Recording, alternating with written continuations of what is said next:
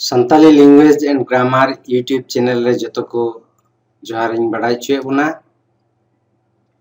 Noa channel hote te do abu do Santali ror ar olok chet jong riyak dhara bun cheda. Tehnya siknet riyak badai jongak do huyuk kana noa do khula arang kana. Noa riyak ucharon do huyuk kana mocha khoj latar nyok te sabat udukoa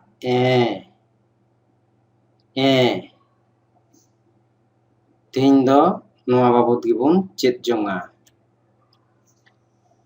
Ar Santali Language and Grammar babod riyak joto tutorial ko do www.youtube.com/Santali Language and Grammar noa ठिकाना रे bon nyama. Noa ko joto tutorial nyam lagid se notification nyam lagid apnara Gmail account re tale noa re subscribe god ka huyuga. Behatinyo harap do pia lekate bhag gya. Pahila eyay gotenak do ko metak kana sadharon behatinyo harap noa ko eyay goten.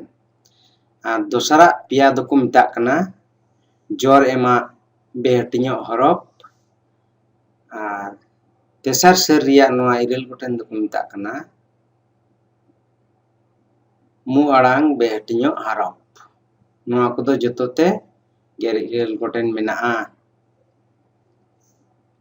Ar tihiny do bon chida noa riyak ব্যবহার আর badai jong oka kore noa do bon ব্যবহারা ar cheleka ucharono'a Santali re.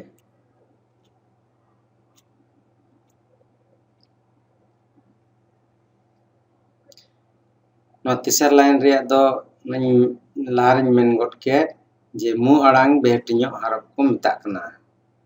Noa ko joto regi noa irel goten joto regi mu arang mena'a.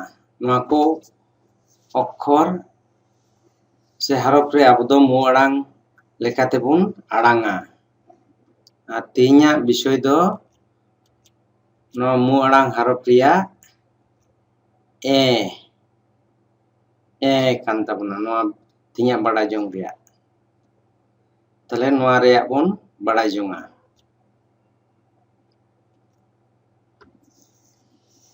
Do Santali behatinyo harap riyak mu arang behatinyo harap kana. Noa harap te do Santali sabat kom gya.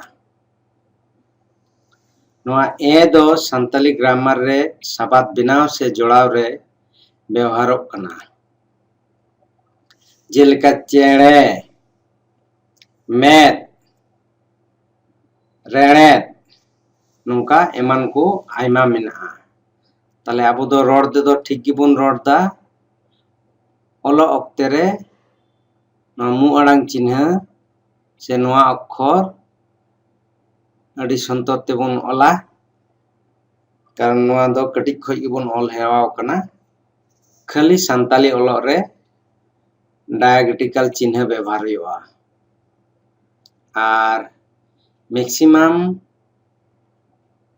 noa akhor kote English bon padhaw darek kana katik khoj gebon ol aguida una osubida banu'a. Asia riyak joto disam regi oka kore Santal mena bon India, Bangladesh, Nepal, Bhutan se oka kore mena bon katik khoj gi noa do ol hewa menak tabuna se noa oka Santali harap bon ব্যবহারেক kan noa tegi adhek English do bon ol padhaw dareya'a.